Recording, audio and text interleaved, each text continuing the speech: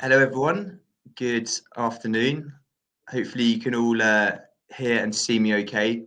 Apologies, we're a few minutes late starting. We had a technical issue joining, but hopefully you can all see us now. Thank you very much for all being here, joining us at this Your Overseas Home webinar. Today, we're going to be talking all about financing your dream home abroad, and hopefully by the end of this, you'll have a pretty comprehensive view about the mortgage process over in Portugal. Today, we're very lucky to be joined by Alejandro Costa from DS Mortgages, where we'll be, as I said, talking around the financial and mortgage considerations that you should think about when you're looking to purchase properties overseas in Portugal. It's great to have you all here with us, whether you're listening in live or on demand. What we'll do before we get started is we'll just do a quick intro to you, Alejandro. So thanks again for being here. So would you mind just giving us just a quick intro to yourself and DS Mortgages, and then we'll go through into the next part of the session. Of course. So my name is Alejandro. I'm 35.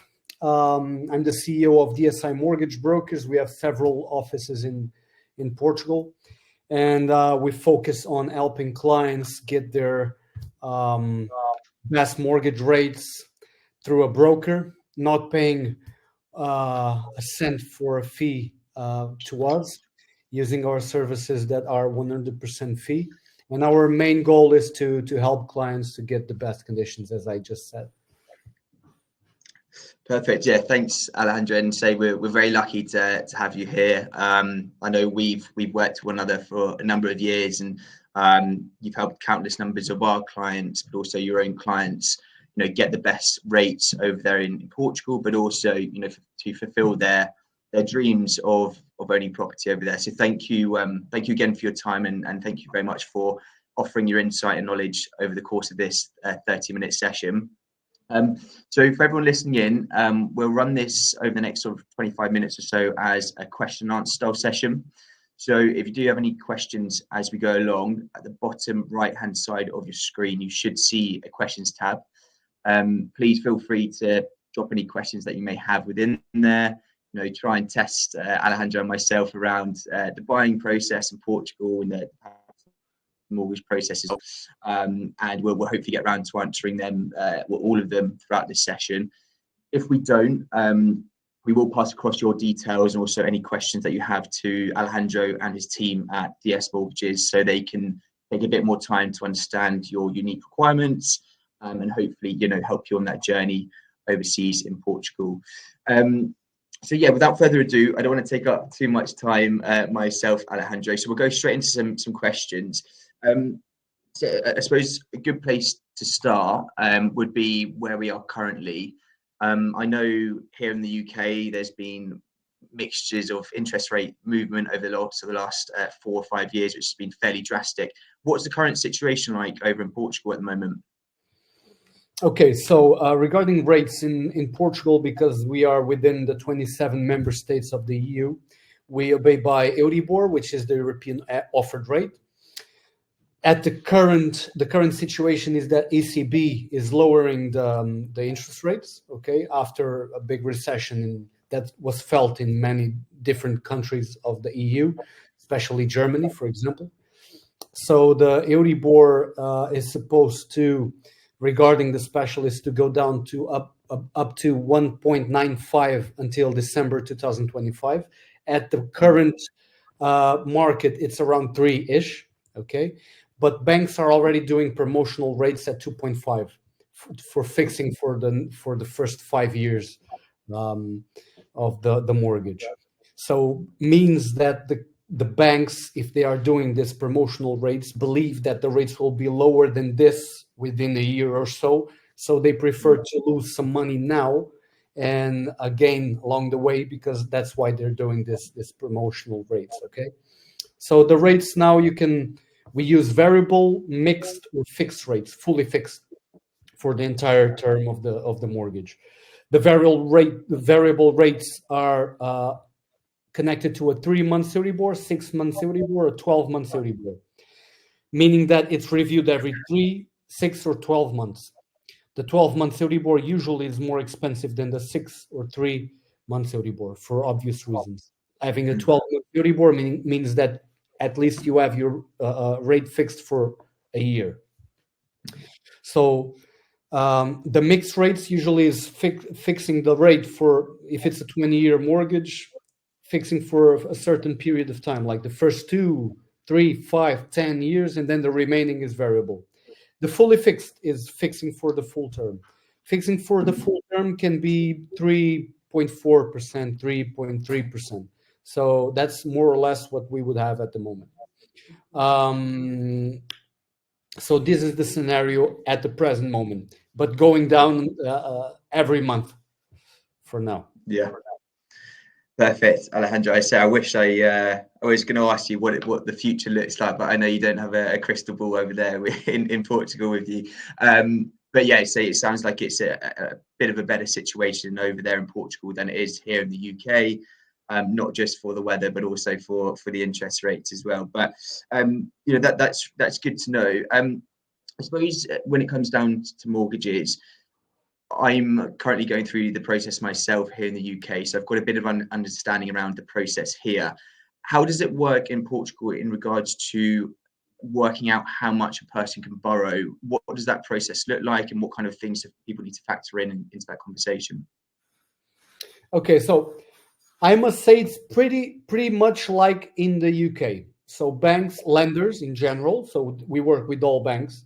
What we do is we calculate with the banks the DTI, debt to income ratio. So lenders will need to approve the client by solvability plus valuation of the property, which is the guarantee, the mortgage over the property. So the first stage is to approve the client by solvability. How do we do this? Calculating DTI, debt to income ratio.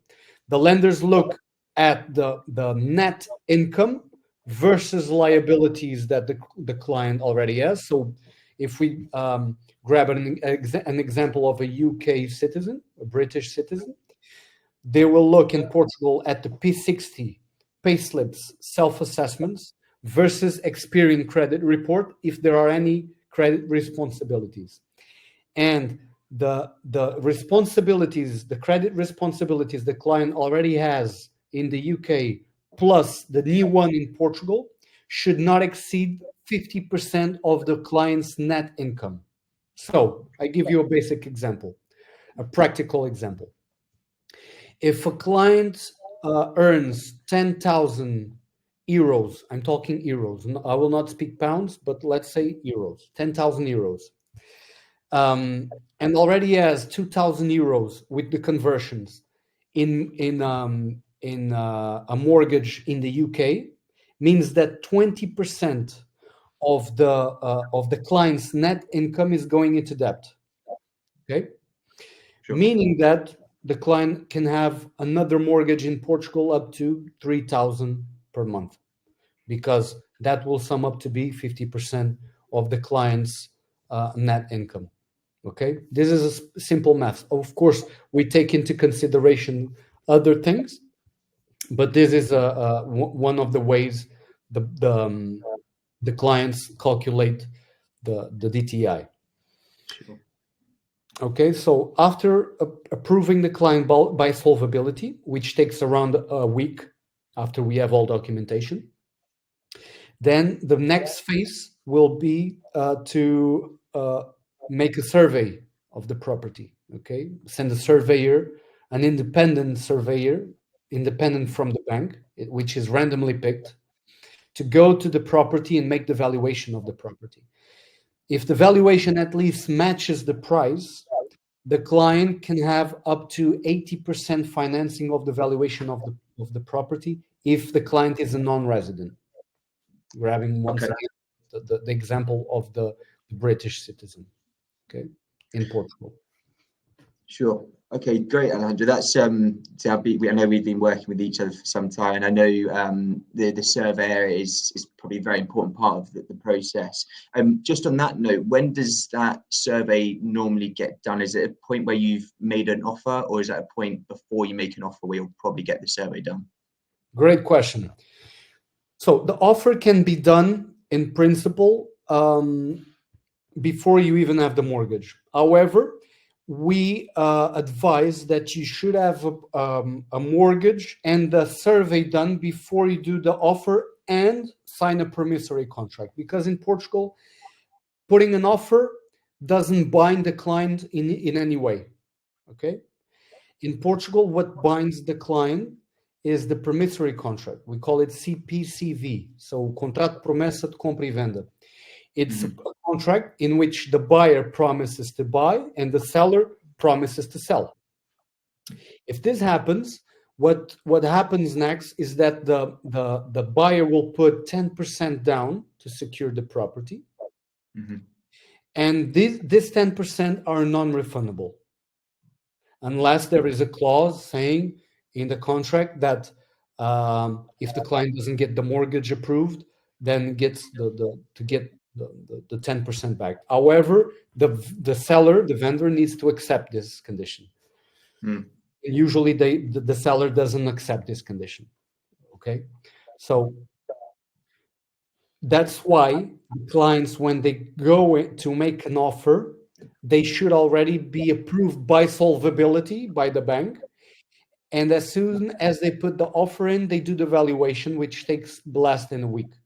After that, the client is ready to sign a promissory contract if everything is okay with the valuation with the survey.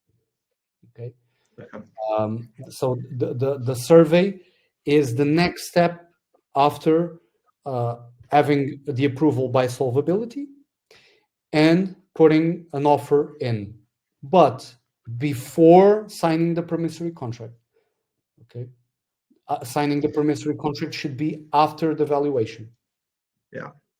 Okay. Yeah, I think that that makes sense, and I know from what we try and communicate within our audience that are looking to purchase property in Portugal is, speak to yourself or one of your colleagues at DS Mortgages early to understand affordability before signing, contracts which could potentially bind you to purchasing a property or at least put you at risk of a deposit. So we've got a couple of questions, Alejandro, that have come in. So thank you very much to Roberto and Chris for asking them. I'll just ask them to you now, Alejandro, as they're on the topic of conversation. So Roberto asked, in regards to affordability and loan to value, is asking, is it down to income versus liabilities and not a net worth calculation? So in brackets, all assets, cash, investments, and painting. So there are some kind of investments that do count, not only income coming from an employer, but pension counts, investments counts if it's in stock and regular, rents count, some insurances count, dividends count, cryptocurrency doesn't count. Okay, the income from cryptocurrency doesn't count. But in general, investments count if we can prove the source, if there are evidence of the source and that they are regular. Okay. Yeah, so similar. Yeah, it's similar to here in the UK as well. I think those you can have them applied in. And thank you, Alejandro. Thank you, Roberto, for the question. We've got another one here from Chris. Chris asked, can a seafarer, i.e. someone who works at sea, apply for a mortgage in Portugal with a 20% deposit? I guess, again, it would come down to the fact of looking at income and working out how much they could borrow, the same process. I did not understand the question, sorry. So Chris is, he works he's a seafarer, so someone that works at sea. Would that stop him from being able to apply for a mortgage in Portugal? And is there a minimum deposit that's needed for a property purchase in Portugal in order to apply? No, it would not stop him to apply for a mortgage in Portugal. He could do that, okay, even if he works in that way. The minimum deposit by the Portuguese Central Bank, Portugal's Central Bank's recommendation is minimum deposit 30%. But because it's a recommendation, some banks go up to 80% financing, so the minimum would be 20%. Clients also need to count on 6 to 7% tax. Okay, Okay. the buyer pays for that tax, and it's not financed, so needs to come from pocket money, down payment. Okay, so Cool. always consider either 26 or 36% down payment, depending on the bank. Okay. Yeah, thank you, Alejandro. I think, yeah, Chris, it sounds like it is doable, but given your situation, definitely have a conversation with Alejandro and his team and work out what option or solution works best. Alejandro, we've got a couple of questions here which are on the same topic. So Nancy and Anthony have asked around perhaps retiring and if a retired couple can still apply for a mortgage. Is there an age limit, and can retirees perhaps apply for mortgages over in Portugal? Yes, great question as well. So the Portuguese Central Bank's recommendation is for the loans to be up to 75 years of age, 75.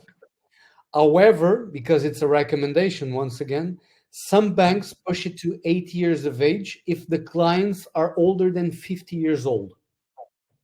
Okay, so let's say a client is 60, then they can have a 20-year mortgage. Or if they're 65, they can have a 15-year mortgage. So not in all banks, but in some banks. Okay, thank you. Yeah, so that's it's good to understand. I know some of our listeners will be perhaps looking to retire over in Portugal, so it's useful to understand, what potential age they can do that up until. So yeah, thanks very much. One question I have, Alejandro, is around the actual mortgage terms, how long they normally last. I know you put some numbers out earlier around 2 years, 5 years. What would you suggest for someone that's buying a property at the moment to secure a rate? I know it's probably on a case-by-case basis, but would you normally go for a 5-year fix or a 2-year fix? How does it normally look? Well, I would go variable at the moment, and I would fix in within a year. I would not go fixed now. However, depending on the client, I would take a mixed rate, because when you are calculating DTI, if you go fully variable, the Portuguese Central Bank demands the lenders to put a stress rate on top of the calculation to see if the rate goes up, if the client could take it. So that makes the approval more difficult when the DTI is close, when the debt to income ratio is close. So depending on the client, I would either go fully variable or mixed rate for a short period. So fixing for 1 to 2 years maximum, because the rates are going down. So we should fix when the rates are at the lower point. Yeah. Okay. Yeah. Okay, great. For example, 4 years ago, I could fix, and I did fix for 30 years below 1%. Wow. 30 years. Yeah, you timed that well. We will get there anytime soon. But for example, if next year I could fix for the full term at 2-ish, that is great. So yeah, I guess it's one of those things. Then you know how much it's costing you, and there's no sort of risk or potential situation which can make your property become unaffordable. So yeah, I mean, it depends, I suppose, on an individual basis and their appetite potentially for taking a risk, but also your own guidance, Alejandro, and your team's guidance around your potential future prospects. In the UK, Alejandro, so if I was to buy a property here, I'd go to a mortgage broker, work out how much I could potentially borrow. They would give me, mortgage in principle, where I could go potentially look at properties within my price range of how much I could borrow with my deposit. Is that a similar process in Portugal? Would you be able to give me a certificate to say, yes, in theory, I could borrow this amount, and then I could go away and look at properties for that amount? Yes, that's precisely what we do as well. When the client doesn't have a clue of what he really wants and needs, we will tell him how far he can go, considering the situation. And then the client can get this information and go after a specific property, knowing that they are approved for this much and knowing that they have this much to put down as down payment. Also, we have in our website, we have simulators that show the client how much they will pay in tax. So they have a tax calculator. If they are paying, if they are buying in mainland islands, they have the calculator that will tell them how much they will be paying in tax, and they can calculate their own mortgage using the reference rates we tell them there. We say at the present moment we are using rates between X and Y, and up to this much years. So the clients can calculate themselves their own mortgage in our website in English. Okay, so if you can share, that would be important too. Yeah, and I was going to mention that because I know some of the feedback we've had from our clients that have been onto your website have said it's been really useful. So, anyone listening in, as I said, we'll pass your details across to Alejandro, but also please, visit the website, and we'll send across a link to you afterwards so you can take some time and take a look. We've got another question here, Alejandro, from Tim, and thank you to everyone listening in for the questions that are coming through. Tim asks, once a mortgage is secured, is it then possible to pay off that mortgage early? And is there typically a fee involved if you are able to do such? Yes. So in Portugal, by law, you have a early redemption penalty. It is 0.5% if the client is using a variable rate, and it is 2% if the client is using a fixed rate. I'll give you an example. I am a client. I'm using a variable rate at the moment, and I have a 200K mortgage still going, and I want to put down 100,000 euros as early redemption from my 200. I will pay over the 100,000 that I'm putting down. I will pay a 0.5% fee, so 500 euros. If in the same example I am using a fixed rate, however, I will pay a 2% penalty, so 2,000 euros. If I'm using a mixed rate, so if I'm fixing for the first 5 years, I should only do this on the 6th year when it changes to variable, and then I can refix it again without any cost. Okay, so this is how you play around with the numbers, and Sure. we are the advisors on that part. We tell the client if he wishes to do something like this, we will tell them when, how. Okay.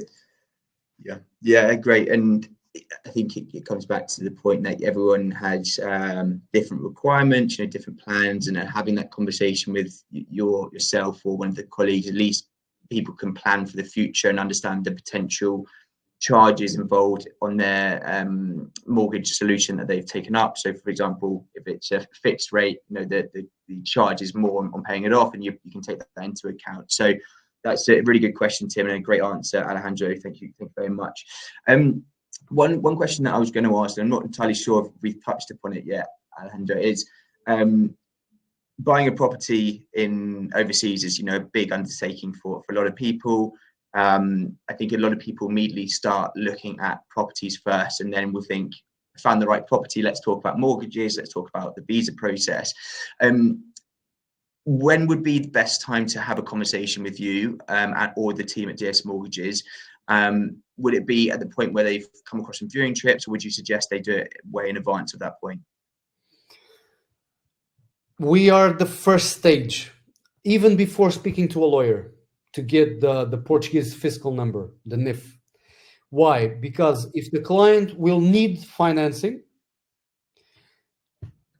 we are the first ones to be contacted even before planning a trip to Portugal. Why? If we tell the client in the first meeting online that they cannot get a mortgage, why bother coming spend money looking for properties, right?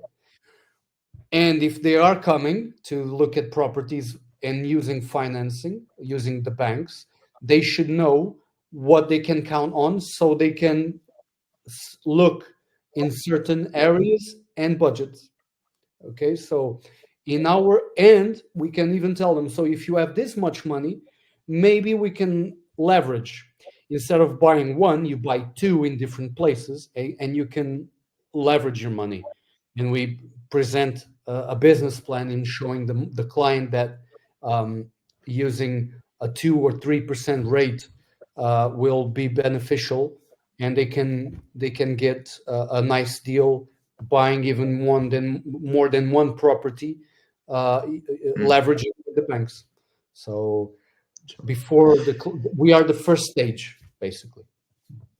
Yeah, it's similar. I know not everyone here listening in may be from the UK, but it is a similar sort of process here as well, where until you know what you can afford, there's no point looking, because you could be looking for something that you potentially can never buy. But it's even more different, because you're talking about costs involved around speaking to solicitors, viewing trips in Portugal, and all these other things. So yeah, speak to yourself, Alejandro, or someone early on to understand affordability, and see if the plans are even feasible. And hopefully, for everyone listening in, that is the case. But do speak to DS Mortgages to find out. Just very quickly, I know we've got a few more minutes left, Alejandro. What does that initial contact with yourself look like? Is it done over video call? Do you ask people to come visit you in Portugal? What does that initial conversation or meeting look like? So usually we schedule, if the client is not in Portugal, of course, what we suggest is always to have an online meeting. Why? Because we share the screen, we get into our CRM, and we do simulations on tax, mortgage monthly installments. We calculate DTI in our system based on what the client tells us, not based on documentation. So we ask the client, how much do you declare in your P60s or self-assessments? How much do you have on monthly liabilities? How much, blah, blah, blah. And then we get to the point in which we calculate DTI. So the client already knows, okay, I can go up to this much in an online meeting. After that, they can plan everything else, and we help. Perfect. Yeah, that's great. And as I said, that conversation with yourself, or a member of your team is, we've introduced numerous clients to you, and the feedback's been great, but also to talk about the buying process and how it all works in Portugal, and that knowledge and experience that you can offer has been really invaluable to everyone. So yeah, thank you very much for the time so far. And I suppose, Alejandro, when it comes down to perhaps remortgaging, is that something that you guys can help with as well, or is that the same sort of process involved in just having a conversation? Yes, precisely. Remortgaging, we do release equity from properties. We do transfer mortgages from one bank to the other if the client needs.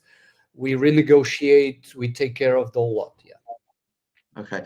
And at what point would someone need to open up a Portuguese bank? Would that be at the point where they've had an offer accepted, or would it be the point where they've got a mortgage approved? What point does the bank account need to be opened? Usually when the client needs to transfer some funds is when they have signed the promissory contract, need to transfer 10% to the lawyer's bank, client's bank account, or to the seller, to the seller's lawyer, and is going forward with the mortgage. So the bank account will be opened with the bank where the mortgage was approved, and usually it's after getting approved by solvability. Perfect, Alejandro. That's great. And yes, I know we've unfortunately run out of time. But yeah, thank you. Sorry, go. Usually clients have. We no longer use interest only mortgages. No longer do. And we no longer do bridging loans, but we have other solutions for this kind of situation. So usually it's a question all UK clients have, and I'm answering as we go. No, that's good, Alejandro. Actually, why you've said that reminded me. I had a question which I haven't asked. Obviously, we're talking about people's monies, financing, all that sort of thing. Just for peace of mind, can you just confirm? DS Mortgages is fully approved? Are they regulated like a mortgage broker? How does that work? So yes, we as mortgage brokers within the EU 27 member states, we need to be registered at the Portuguese Central Bank, and we are. So it's checkable online. If you check, I can send you the information. And you can share with all the clients and all the interested people that have been present in the webinar. So thank you all for listening and bearing with me. And Hope to hear from you soon. Yeah, cheers, Alejandro. And I've got one more question. I'll let you go because I know we've gone over. Tim's just asked. It's quite a good one, actually. Does at any point a client have to be present in Portugal to complete on a mortgage, or can it be done completely remotely? It can be done completely remotely using a lawyer. Okay. Okay, that's good to know. And I guess yourself can help arrange that and make sure that it's all done. Yeah. Precisely. Perfect. Brilliant, Alejandro. That's great. Well, yeah, thank you to everyone listening in. Thank you for all your questions. So we will pass them across to Alejandro and his team after this session. And as we sort of were speaking about, and hopefully you've listened in, that everyone's plans and requirements are unique and different. So it is worthwhile having that conversation with Alejandro and his team. They are really, really great, and they have helped numerous numbers of our clients. So we would advise you to have that conversation. Alejandro, to yourself, as always, thank you for being here. Thank you for sharing your time and knowledge with everyone listening in. We will be popping up with a Trustpilot review at the bottom. So if anyone has found this useful, we would really appreciate it if you wrote myself and Alejandro a nice Trustpilot review, which is great to hear. And yeah, everyone, good luck on your property searches. And if we can help out at all, please let Alejandro and myself know. And hopefully we'll be speaking to you all soon. Alejandro, thanks again. And yeah, we'll speak soon. Thank you. Speak soon. Cheers, Alejandro. All the Cheers. best. All the Bye-bye. best. Bye-bye.